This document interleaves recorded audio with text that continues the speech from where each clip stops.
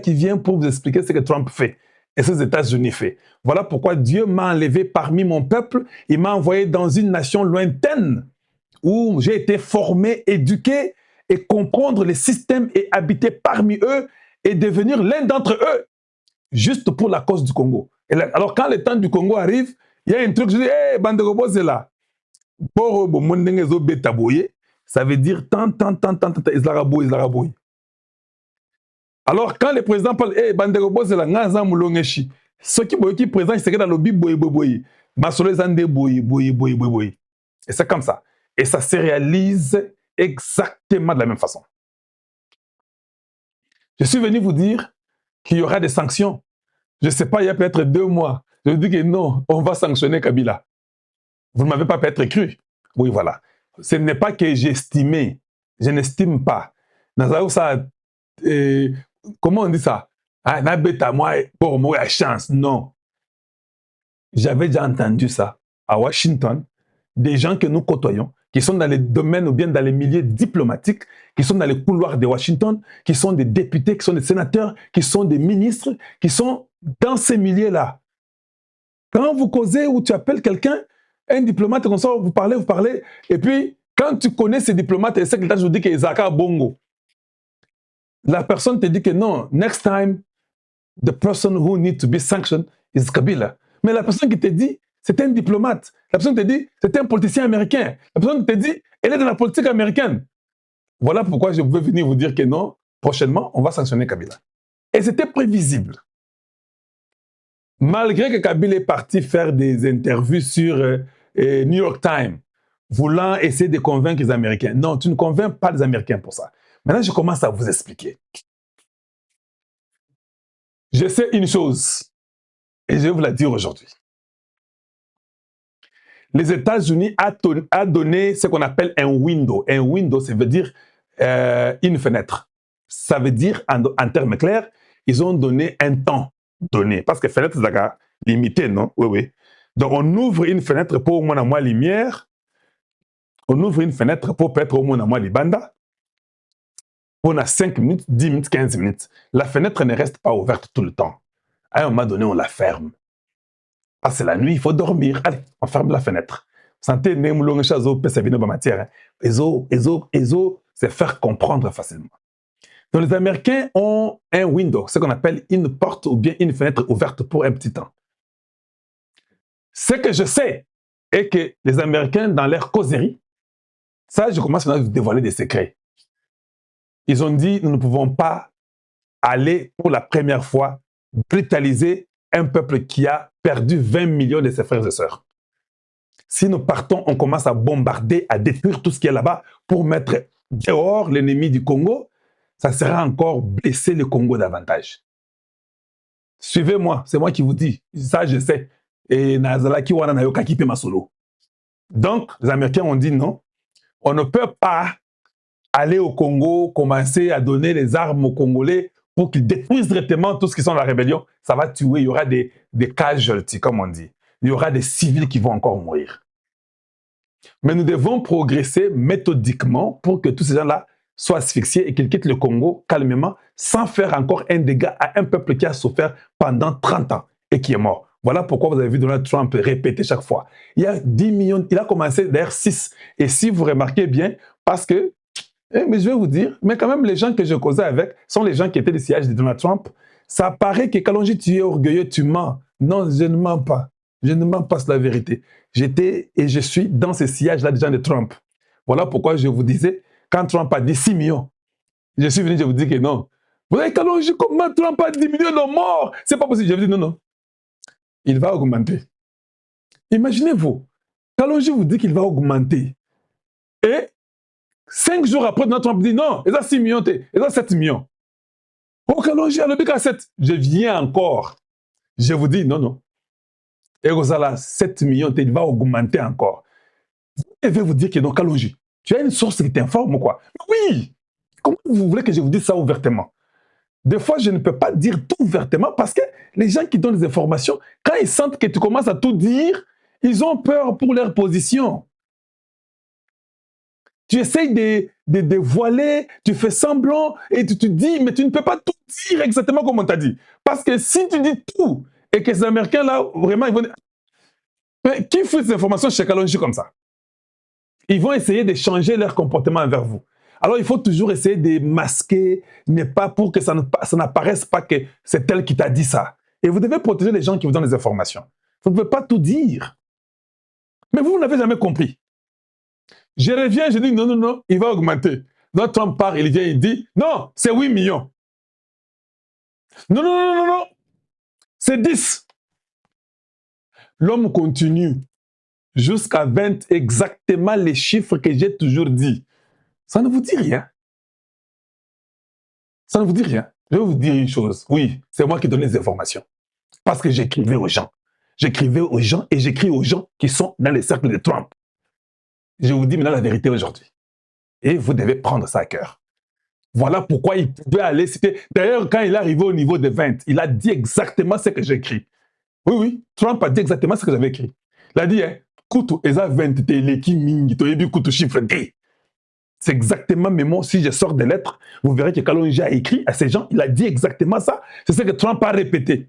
Pouvez-vous imaginer un président des États-Unis et ce que je dis, c'est ce qu'il répète exactement? Vous ne pensez pas que nous sommes conduits par Dieu? Vous ne pensez pas que je ne fais pas le journalisme comme tout le monde? Ça, c'est juste une mission que j'ai.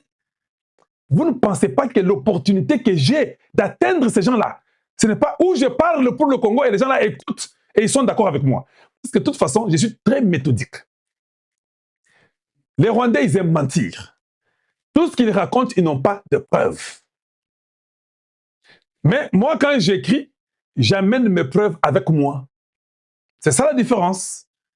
Je prends les preuves des Nations Unies, je prends les documents qui sont commentés. Parce qu'en tant que Moulongechi, ce sont des choses que je connais, je sais comment faire, les recherches, quel document ajouter, où trouver tel document, qu'est-ce que je peux demander pour que tel... C'est très facile. Alors quand vous envoyez, vous faites des attachements, même Mindel Tamba Otanga, ils disent que non, mais Kalonji, comment tu connais beaucoup comme ça? Non, je ne connais pas beaucoup. C'est juste question de réfléchir. Et vous donnez les documents qui soutiennent ce que vous dites. Et en même temps, je leur dis, vous verrez beaucoup de gens venir du Rwanda et vous diront des bêtises, mais ce n'est pas soutenu. Il n'y a pas de documents qu'on appelle des backups. Voilà pourquoi les Américains, l'administration Trump, ne croient plus au Rwanda. Parce que le Rwanda dit qu'on a tué des Tutsis congolais, mais il n'y a aucun document que vous pouvez amener comme ça, que voici les documents, en telle année, on a tué des Tutsis congolais. Il n'y en a pas. Mais eux disent, et j'avais compris, quand je réfléchissais, avec la vocation et la mission que j'ai, je me suis dit que non, moi je ne ferai pas comme tout le monde. Et je suis comme ça. Je n'aime pas faire les choses comme tout le monde. J'amène une méthodologie importante et puissante qui peut persuader, mais avec des preuves à l'appui, pour convaincre l'Américain. L'Américain, quand tu commences à amener des preuves, il te croit. À un moment donné, il va te dire que non, Kalonji, do not worry, I don't need this, the proof. I know you're not lying. Ils disent ça. Ils savent que je ne mens pas. Parce que quand je fais 1, 2, 3 ans, je vous donne tous les documents avec preuves, À un moment donné, quand je vous dis que bon, je n'ai pas de preuves aujourd'hui, il faut que je cherche, mais je sais que ça existe. Ils vont dire oui, oui, tu as raison. Nous savons que ça existe, tu as raison. Parce que Baye Bindengo Salelaka.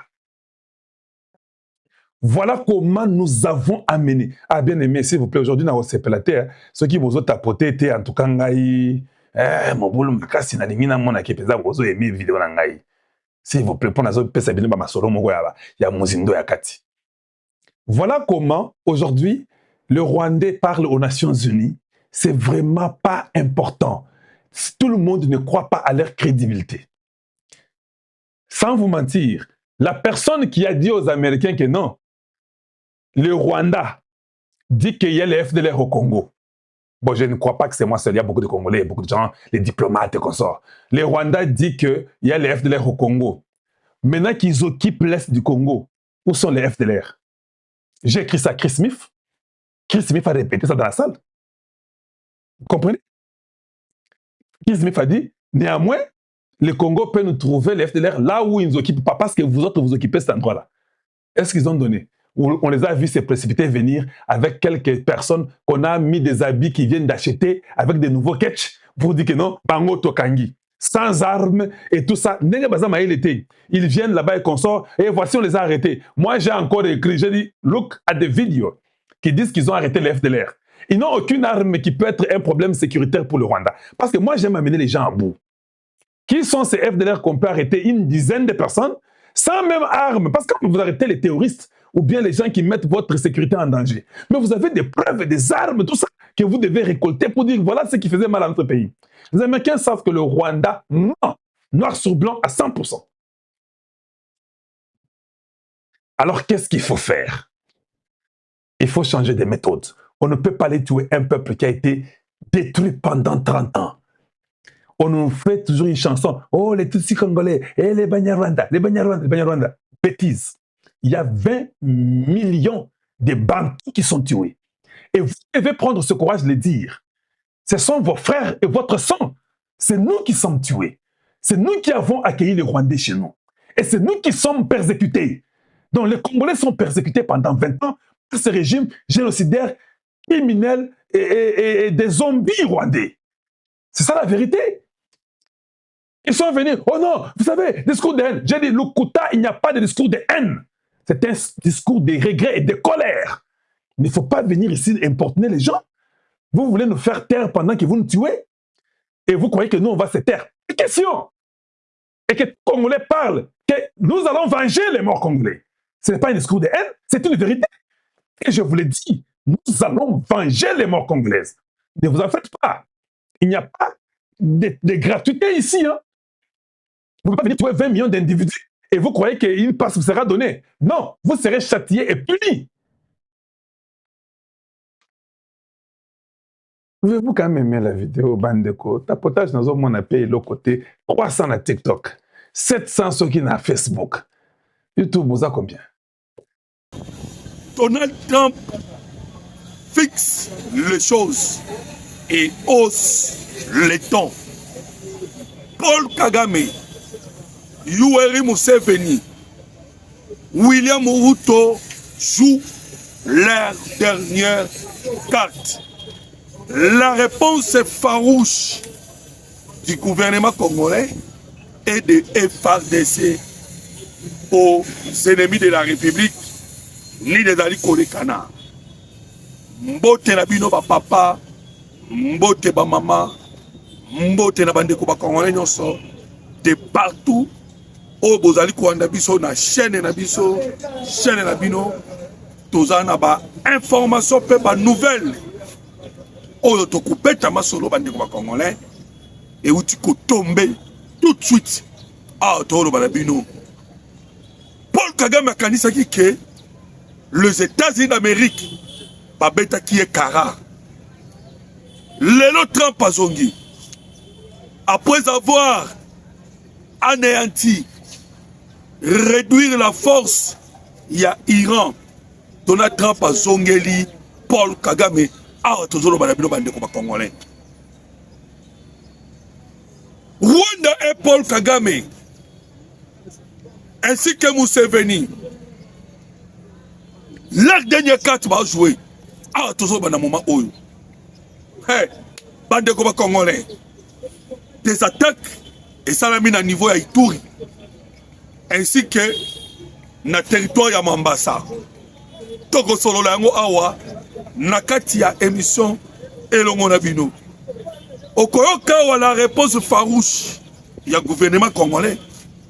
Pourquoi? Parce que Paul Kagame a essayé encore koluka kopebisa ba carte. Mais je vous dis, bloqué à Oskoyo, vous allez maintenant entendre la toute dernière réaction des États-Unis d'Amérique.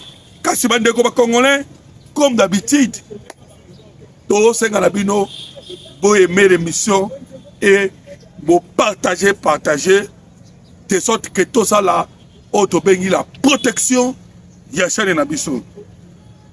Sans plus tarder, bande de combat congolais. J'aimerais tout d'abord vous annoncer cette nouvelle qui vient de tomber. Boyo Kabino Moko Namatoi. Et vous allez comprendre que Maseke Zate pour Paul Kagame. Yoka, la réponse il y a États-Unis d'Amérique et de son président Donald Trump par rapport à Makambozo Lekana en ce moment na République démocratique du Congo. Trump a lobby boye. Je vais examiner scrupuleusement les refus du Rwanda de se retirer de la République démocratique du Congo. Oyo maloba ya Donald Trump. Mais avant Trump aloba, parce qu'il est le président des États-Unis d'Amérique, les États-Unis d'Amérique, tout le gouvernement américain, il est passé pour nous. Maloba na uti kotanga, ezali ba déclaration ya Donald Trump. Nenga lobi ako réexaminer. Ako réexaminer l'accord de Washington, le refus, il y a Paul Kagame, Kasuyoka gouvernement na indenge lobi.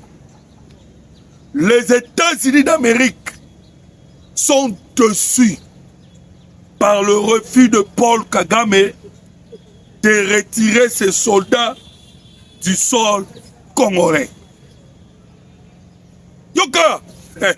Bandeko, maman a dit Kambuyangwana. Toi, Sakibino, que c'était le 15, la date limite aux États-Unis d'Amérique, après ça qui n'a Paul Kagame. Landa, les États-Unis d'Amérique sont dessus par le refus de Paul Kagame de retirer ses soldats du sol congolais et prépare une nouvelle batterie de sanctions contre son régime qui continue de fouler au pied l'accord de Washington. Tous ceux qui sont responsables de l'instabilité à l'est de la République démocratique du Congo subiront des conséquences. Ambassadrice Issa aux Nations Unies. Ah, tu as une liste. Il y a une liste. Il y a une frappe préparée par les États-Unis d'Amérique. Il y a une déco. Qui déjà que traiter le mouvement M23 comme étant mouvement terroriste. Pour ça bango le moyen ya koya kobanda ko bombarder bango. Le mouvement M23 ezaki mouvement moko boye ezalaki na ba parrain belé. Le premier parrain na bango c'était Paul Kagame. Ba Qatar bazaki na sima, ba France, ba Émirats Arabes Unis, ba Chine, ba Russie, Bandeko. Kagame avait révélé cela. Apimi ça qui ba révélation pour dire que Bamboka on a le mouvement M23. Alors mais comme Congolais, yoka sikoyo la situation mboka na yo. Mboka eza wapi awa toko lobana bino. Yoka sikoyo. Boyoki États-Unis d'Amérique n'enga eu décision. Mais décision États-Unis d'Amérique a joui. Et où tu d'abord wapi. Après la signature de l'accord de Washington, le 4 décembre, Paul Kagame to bêtillé en désordre. Bandeko waïb saranga souvent, Mendeko to bêtillé. Est-ce que tu as Goma? Est-ce que tu as Bukavu? Yoka sikonanga ebisana yoke. To bêti Kagame, pourquoi? Parce que nous avons reçu le dessus. Le colo ya Paul Kagame na makambo etali la technologie. Bandeko aotoloba bayi communicateur ya Paul Kagame otobengaka réseau numérique rwandaise. Ils ont admis que la République démocratique du Congo a dominé bango sikoyo na technologie. Voilà pourquoi on a kolobake toujours le dessus de verrouiller notre espace aérien na niveau ya Est de la République démocratique du Congo. Dès le Kwesala Kike, Kagame a comme agité en janvier. Accueilli Qatar à Zongi. Accueilli France à Zongi. Accueilli sous France à Zongi. Accueilli États-Unis d'Amérique à Zongi. Accueilli Maroc à Zongi. Bande comme Congolais. Abandi ko Kendeskoyo. Na ba pays ya West Afrique. Wana keneki na Nigeria. Accueilli na et pas moninga na ye Damiba. O azali na Guinée Conakry, si je ne me trompe pas. Agité complètement. Parce que, ayabaki que sur le terrain, match Balukaki. Alors qu'est-ce qui est arrivé? Parce que, maman d'information y a wana. Autour de la minute, Amérique soit commis prêt à écraser maintenant Paul Kagame. Ça, c'est Donald Trump qui vient de le dire. Et pourquoi Trump a eu maintenant cette décision? Bien qu'il y ait eu Makamoué Koleka en Suisse, mais Trump a eu une décision pour la Nini. Alors vous allez comprendre que lorsque Tokomi n'a jamais Kagame Bandi Bitamboula Tamboula, accueilli à Zongi, accueilli à Zongi.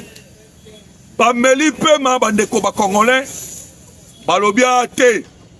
Créer incident. Pas bien false flag en anglais. Pas créer incident. Pas créer incident na Goma. O ebomaki Mama Karine Goussette. Après qu'on crée incident wana et bon tu conseil de sécurité. Conseil de sécurité c'était la France. Oh c'est le fait. C'est ce que vous avez constaté que peut-être pendant 2 mois et demi.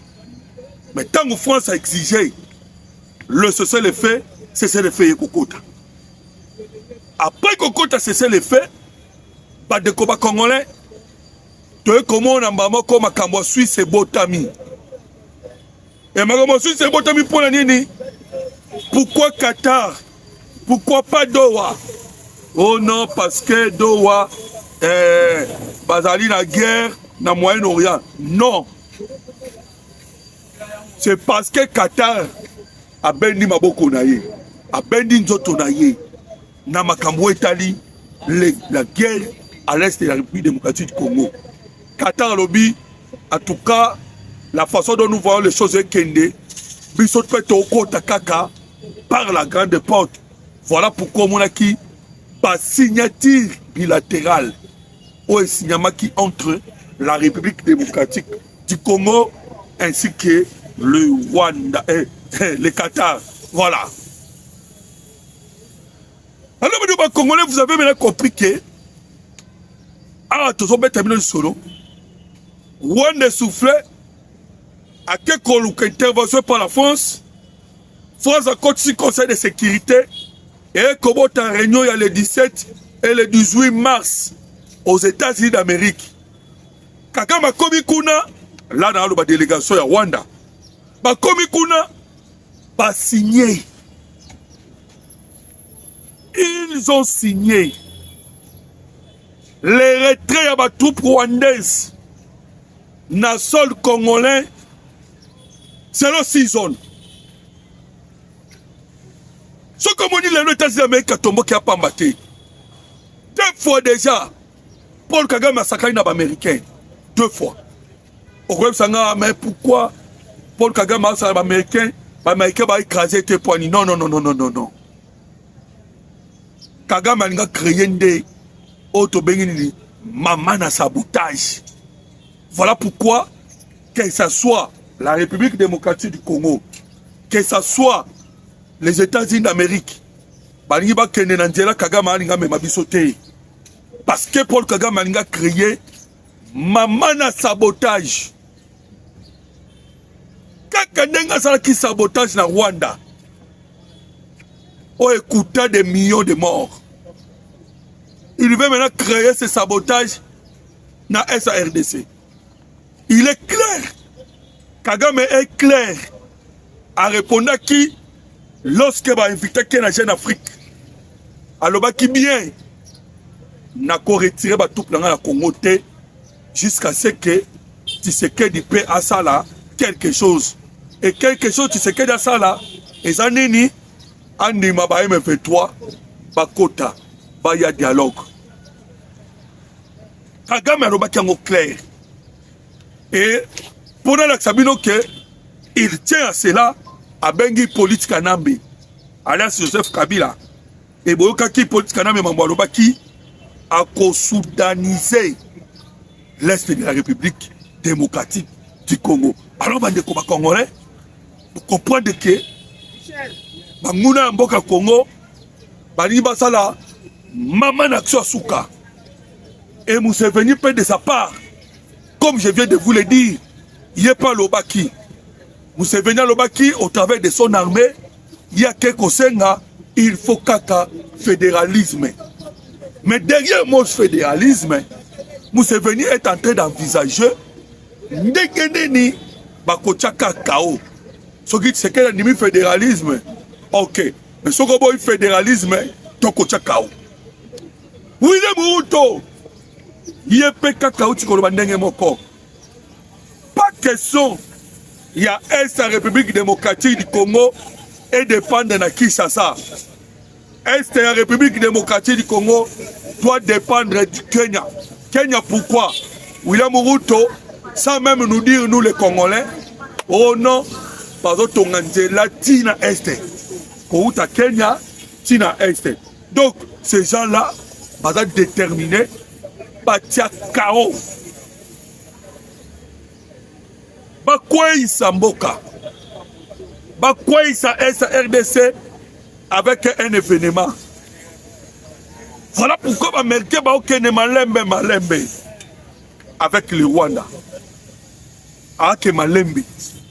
Na banguna nyoso tuba tututu. Ndeboyo ki bandeko. Cette réaction farouche. Il y a Donald Trump a lobby clairement qu'il faut réexaminer le refus. Il y a Paul Kagame ndenga boy ko bimisa ba militaire na ye na sol congolais. Trump s'est prononcé. Et les États-Unis d'Amérique peuvent se prononcer. Awa sikoyo liste ezali awa bandeko. Tala liste moulai. Yaba oyo nyonso bandeko. Bazali tala ebele. Je vais vous lire. Bakomo na bango nyonso. Bazali déjà dans mesa États-Unis d'Amérique. Bao traiter bango déjà que ce sont des terroristes. Et après qu'on traite bango, ils seront frappés. Alors vous comprenez maintenant que les 17 et les 18, Kagame maintenant batoune ba signaki, délégation à Rwanda signaki, basa la retrait. Baye sur le terrain, Kagame a sali simulacre. Otolo bagelo ko lukuta. Arrêtez-moi quelques soldats na Walikal, arrêtez-moi Ndambu.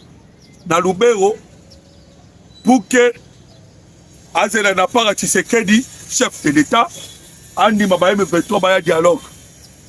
Mais, position de Séguébani,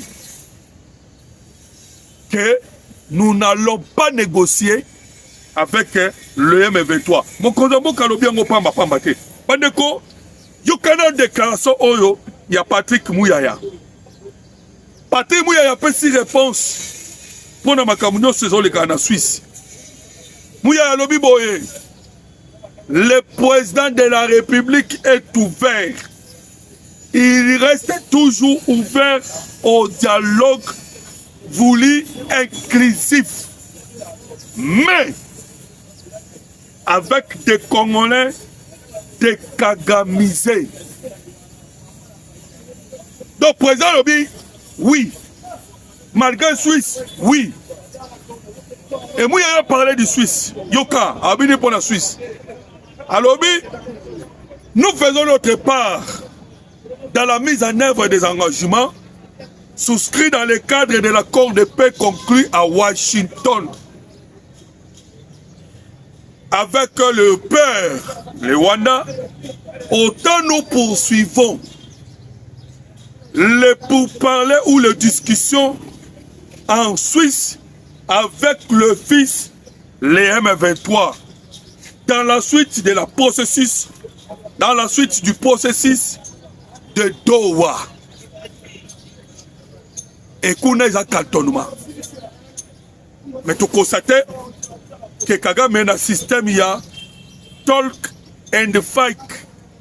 Tout discuter, tout bunda. Mais nous avons eu des avances. On n'a même pas attendu que dans la Suisse. On a récupéré encore d'autres localités. Alors, vous avez compris que Kagame a cause américain sous support d'Ambarani Balé. A retiré ma troupe d'été. Voilà pourquoi Donald Trump a lobby Bazali ko réexaminer. Parce que examiner qui déjà. Ndebotaki la date du 18 au 17 au 18 mars pour na Kagame Dima Karubimisa. Le gros que comme aboyi. Yangwana balobi Bazali ko réexaminer. Trump a dit réexaminer. Et beaucoup de des possibles sanctions. Alors, peuple congolais est belé de partout dans l'Arabiso. Nous vous disons que les chemins à suivre en Ouana. Kaka ba sanction. Kagame a kolemba. Économie na yé asphyxiée. Peuple rwandais va couper kaye. Le chemin au bas est important. Pourquoi?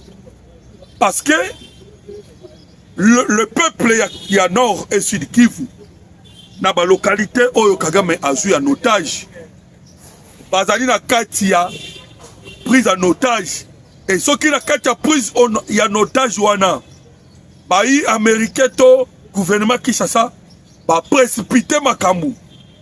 Bandeko ba Congolais, ces gens-là vont faire de massacres au Kozwa IDT. Voilà pourquoi Bakenao Malembe. Baouti Kosa la kaka 5 semaines ya Pamba. Na Uvira. 5 semaines avant de quitter. 1500 morts. Babomi ba Congolais na deka kosakanate. À un moment na Kinshasa, tant que Lobaka, 1500 morts, bato na Kinshasa ba monda Congo za ndema seki. Bomoni bato wa kufaka na type K. En 1996, si je ne me trompe pas, Batouba Koufa, 2000 personnes y a Pamba. Bon, excusez-moi pour ne pas dire Pamba. 2000 personnes Bakoufa qui. Quand je dis Pamba, je comprends maintenant le nombre de Batouba Koufa dans l'Est. À l'époque, parce qu'il n'y a pas de victime, j'avais perdu ma tante. Tous les parcelles m'attendent les Alaka. En 96. Matanga na parcelle nyonso.